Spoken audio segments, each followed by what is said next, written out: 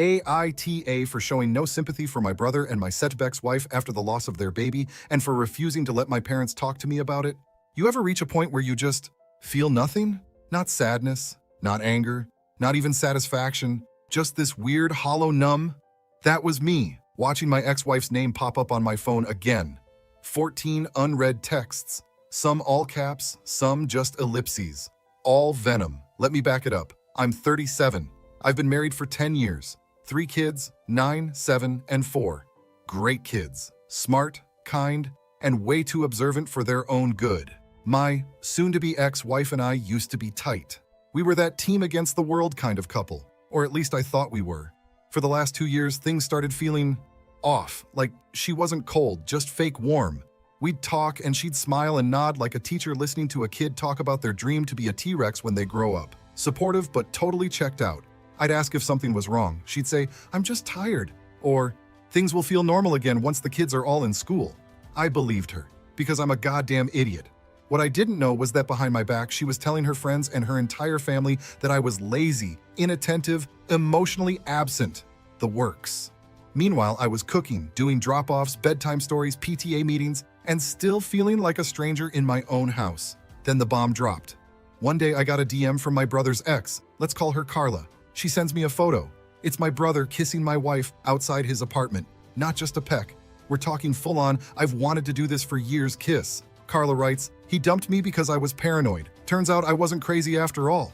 I didn't confront my wife right away. I waited. Let it cook. Needed to be 100% sure before dropping the nuke. Because once I did, there was no coming back. 2 days later, my wife tells me she's pregnant. I literally laughed. Not out of joy. Out of absolute disbelief. Like a villain origin moment. Because we hadn't had sex in 2 years. I don't mean once or twice. I mean zero. Nada. I'd tried, she always shut it down. So either the baby was a miracle from the Holy Spirit, or it was 100% my brother's. And the kicker? She had the audacity to say, "I don't know who the father is." Bitch, what? Even my brother knew. He never denied it, just gave me this stupid half apology like, "We didn't mean for it to happen." Oh, okay. So you accidentally fell into each other's bed sheets multiple times? Cool.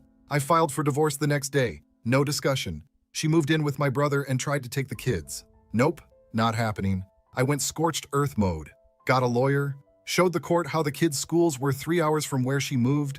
I got temporary custody. She gets weekend visitations. That's it. At this point, my parents were pissed, but not at me, at them. My mom even cried when I told her. My dad told my brother to never step foot in their house again. I thought, maybe I still have a family. But that didn't last, because a few months later, they started visiting her. Then they started calling him. Then my mom says, "It's complicated. They're having a child. That's your brother. We can't abandon him." I said, "Fine, but if you bring them up around me or the kids, we're done." They agreed. Sort of. Fast forward. A few weeks ago, she gives birth. Stillborn. I found out through a mutual friend who saw her post on Facebook. The caption was something like, "Our baby boy taken too soon." I didn't react. I just scrolled past. Then the text started. Long paragraphs. From her, from him. Saying I cursed the pregnancy with my anger. That keeping the kids away caused her stress. That I was to blame for their loss. One of her messages literally said, "You lost your son too." As if I'd ever believed that baby was mine. I didn't reply to a single one. Then my parents showed up. Just walked into my place like it was still Christmas morning in 2012. My mom looked like she'd been crying for days. My dad looked like he wanted to say something but was scared I'd yell. They said, "We came to tell you about the baby." I said, "I already know." My mom asked, "Have you talked to them?" I said, "No." Then my dad kind of gently said, "Don't you think maybe just this once you could offer some words? It was their child." I snapped. I said, "You think I'm gonna cry over their baby? After they destroyed my family? After they tried to take my kids? After she used a pregnancy to manipulate me? You want me to care because their betrayal didn't come with a happy ending?" They looked stunned. I added, "You want to grieve? Do it somewhere else. Don't bring this to me. I'm not your therapist. I'm not your confessional." They left. Haven't heard from them since, until yesterday. My mom texted asking if I was still planning to be heartless and if I'd go to the service. I said, "No, don't ask again." So now I'm here. My best friend said I'm a legend for holding the line. My coworker said I should have gone for closure. And my mom says I'm becoming a cold-hearted monster. I don't know anymore. I'm not angry. I'm just done. But, ATA? So I didn't go to the funeral, obviously. But I did show up. Kinda. Here's what happened. After my mom texted me about the service and I said I wouldn't be there, I thought that would be it. End of conversation. They'd mourn, cry, and move on with whatever messed up soap opera they've built around this tragedy. But no, my dad called. Twice. Then again, left a voicemail, which he never does, saying, "I know you don't want to come, but I think you need to. For your own sake, you're still part of this family." That last line, "You're still part of this family." It hit different. Like, which family? The one I built with a woman who cheated on me with my own brother? Or the one I was born into, who now pretends they didn't completely betray me by choosing the cheaters over the betrayed? So I said, screw it.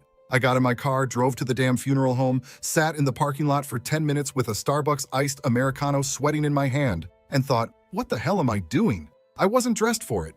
Wore Levi's, a plain tee, and a hoodie. No black tie, no respectful attire, whatever that means. At first, I told myself I just wanted to see it, to witness it. I guess I needed proof that this wasn't some elaborate play for sympathy. Spoiler, it wasn't. I walked in, stood at the very back behind the last row, didn't sign the book, didn't say anything to anyone, just watched. There was a tiny white casket. Everyone was crying. Her friends, his friends, even some people I didn't recognize.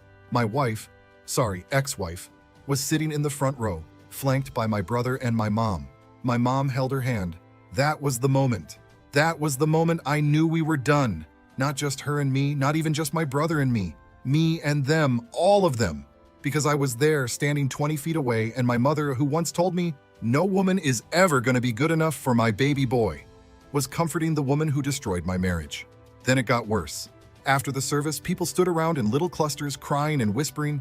I turned to leave. Thought I'd seen enough, but then I heard, "Hey!" It was my brother, walking toward me. His hair looked like he hadn't slept. He was pale, like really pale. He looked like someone had drained the soul out of him. He said, "You came." I said, "Not for you." He said, "Still, thank you." And then, no joke, he opened his arms like he was going to hug me. I laughed. I legit laughed, right in his face. Not a chuckle. A full-body, exhausted, disbelieving laugh. People turned and stared. He stood there, arms halfway raised, looking like a complete jackass. Then his face twisted and he said, "You're disgusting. You don't care about anyone but yourself." I said, "Yeah, must run in the family." He called me a sociopath, said I had no heart, said the baby died because of all the hostility I brought into their lives. I didn't say a word, just walked out, got in my car, sat there for a while, then drove home and picked up my kids from school like it was any other Tuesday. Later that night, my mom called again. I didn't pick up. She texted, "I can't believe you laughed at your brother's pain. You're better than this." I texted back, "No, I'm exactly this. You just never saw it before." She hasn't responded since. And honestly, I slept fine that night. Best sleep I'd had in months. But now I'm getting the guilt trip. From cousins, from family friends. Even got a freaking email from some aunt I haven't talked to in 5 years saying grief makes people act out, and I should show compassion. I get it. A baby died. It's awful. I'm not denying that. But am I supposed to fake feelings I don't have for people who never gave a damn about mine? So after the funeral, things were quiet. Too quiet. No texts, no calls, no drive-bys. Nothing from my parents, which should have felt like peace, but actually just made me more paranoid. You ever get that feeling like the silence means someone's planning something? It wasn't until 2 weeks later that the other shoe dropped, and it landed on my damn face. Let me back up. Since the divorce process started, I had temporary primary custody of the kids. They live with me. She gets weekend visitation, alternating holidays. The court agreed that 2.5 hours one way was too far for regular custody swaps. Not to mention how unstable her living situation was. Reed shacked up with my brother in his dusty-ass apartment above a vape shop. But lately, I noticed my 9-year-old Ellie acting weird, withdrawn, tense. She's usually the first to tell me if someone at school looked at her funny. But now, she'd go quiet when I asked about her weekends with their mom. At first, I thought maybe she's just sad about the baby. I mean, even if it wasn't her sibling technically, she thought it was for a while. That messes with a kid.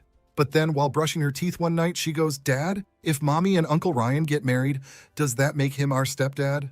I froze, toothbrush midair. I said, "Why are you asking that?" She said, "Grandma said we should start calling him Uncle Dad, because that's what he's gonna be soon." I swear I almost swallowed my own molars. I said, "Your grandmother told you that?" She nodded. She said families change, and that you'd be okay with it once you weren't mad anymore. I didn't sleep that night. Next morning, I called my mom, straight to voicemail. I called again, nothing. Then she texted me, "Can we please talk in person? I think things are getting twisted." I replied, "Twisted. You told my children to call my brother Uncle Dad. You don't get a coffee chat after that." She never denied it. Instead, she pulled the classic manipulative mom move. She sent me an old baby photo of me and my brother in matching overalls and captioned it, "You used to be so close." Like that erases what he did. I was this close to blowing up, but I didn't, because now I had to focus. If they were saying stuff like that to my kids during visitation, I needed documentation, proof. So I started recording our custody exchanges. Not the illegal kind, just me with my phone in my shirt pocket, audio running. I started asking more questions in the car after pickup. Nothing too obvious, just casual stuff like, "What did you do this weekend?" or "Did Grandma come over?" And slowly the stories came out. Mommy cried a lot.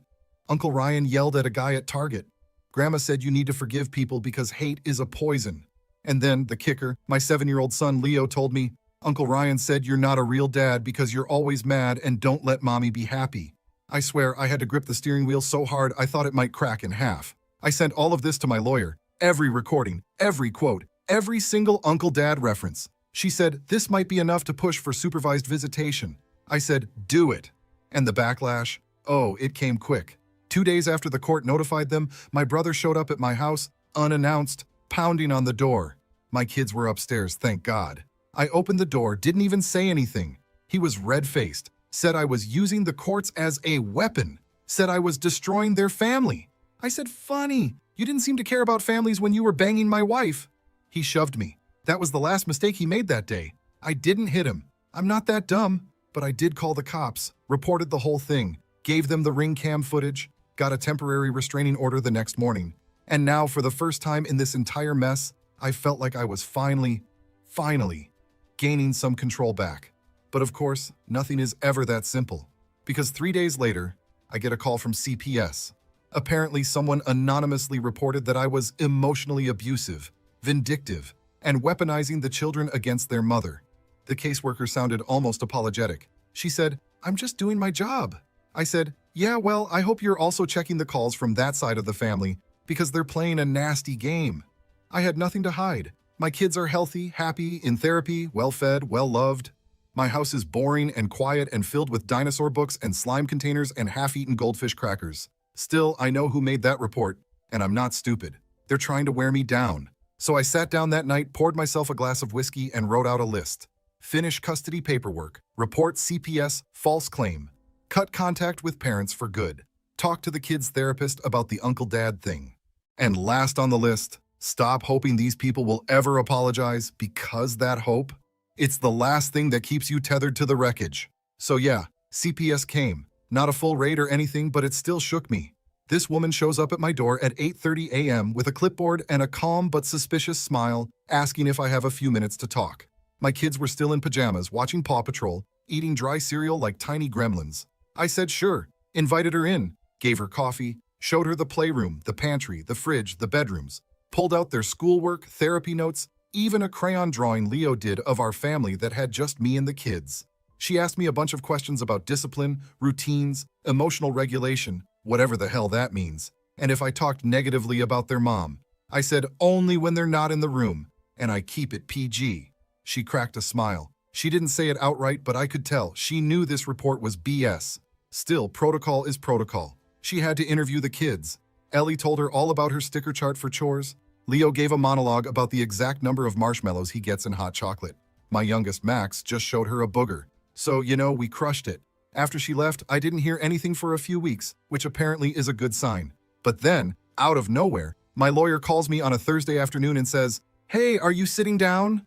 I was at my desk eating leftover Chipotle. I said, "Do I need to be?" She says, "Your ex just filed paperwork to voluntarily terminate her parental rights." I choked on a piece of chicken. Let me be clear. This woman has fought me at every turn. She tried to take the kids. She lied to the court. She sent me hate texts for months. And now she wants out? I asked, "What's the catch?" My lawyer said, "Honestly, none that I can see yet. Maybe the grief, maybe the relationship with your brother's falling apart. Maybe she just broke. Some people do." I didn't believe it, not for a second. But part of me, a small, stupid, hopeful part, thought maybe she was doing the right thing. Maybe she finally realized the kids were better off. So we started prepping the paperwork.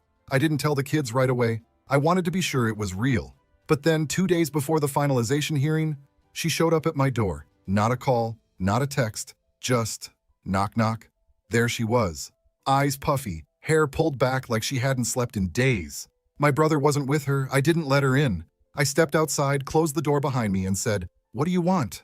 She said, "I made a mistake." I said, "Which one?" She looked down, said, "All of them." Then she asked, "Can I just see them? I miss them so much, please, just for a minute." I told her no. I said, "You're 2 days away from signing away your rights. You chose this, now you're backing out?" She started crying, said my brother left, said he couldn't deal with the sadness anymore, said she was all alone, that her parents blamed her, that she just needed something to hold on to.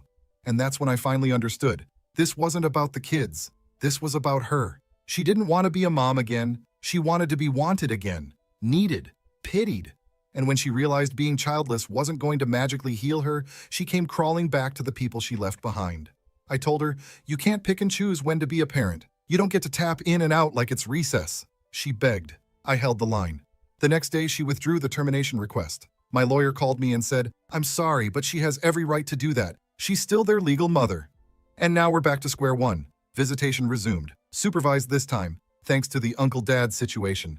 But still, I had to explain to my kids why mommy disappeared for weeks, then came back. Ellie asked, "Is she gonna leave again?" Leo said, "Maybe she just needed a long nap."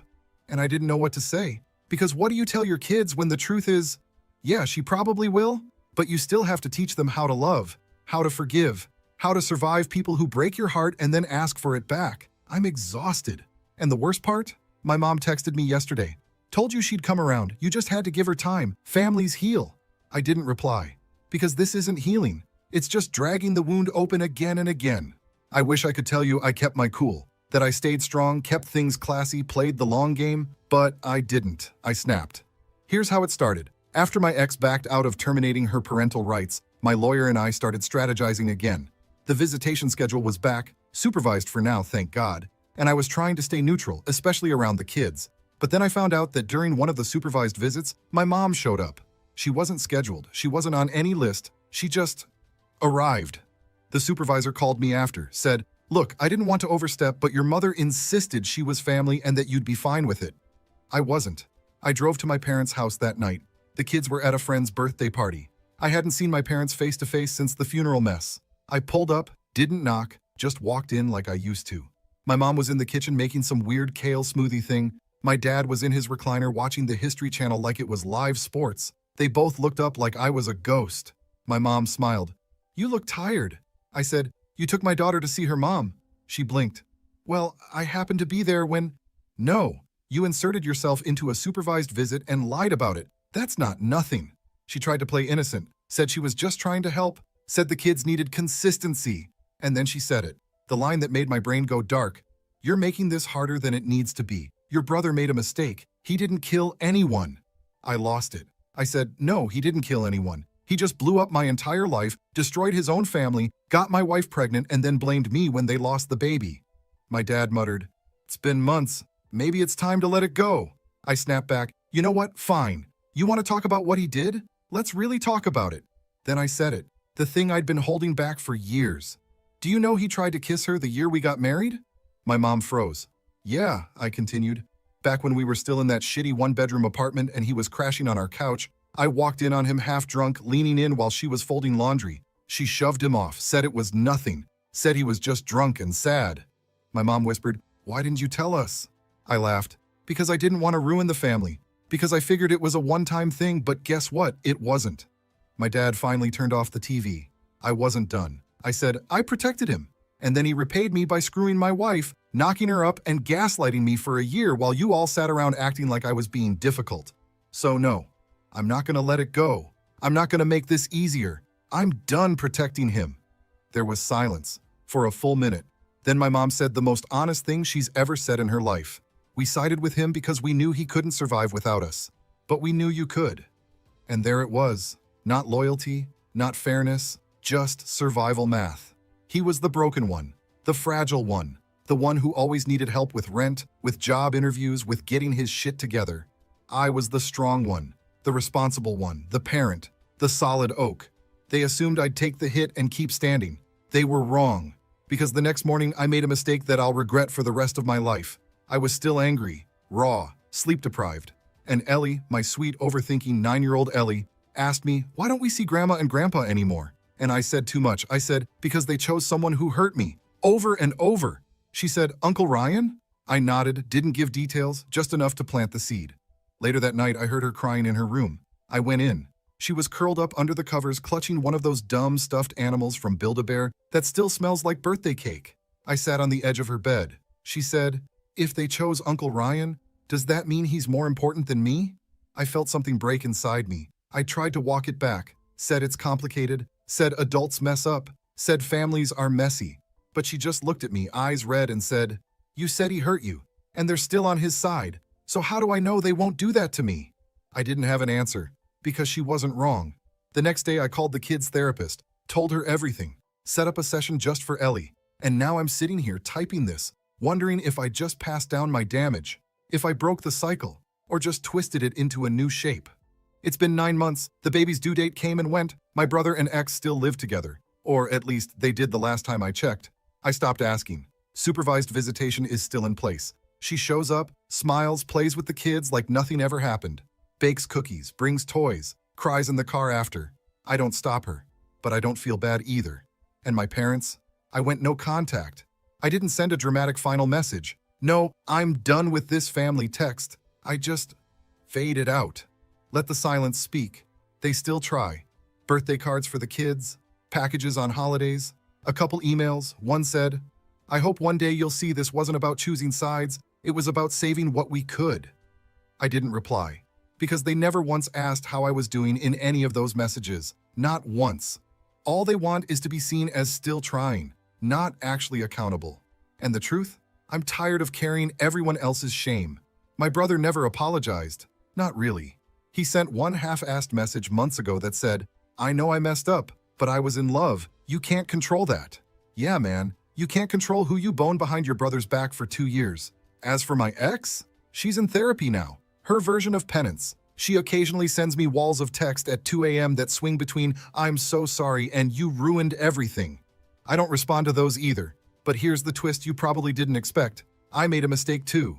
After everything, the betrayal, the lies, the CPS report, I got involved with someone. Someone great, actually. Funny, kind, thoughtful.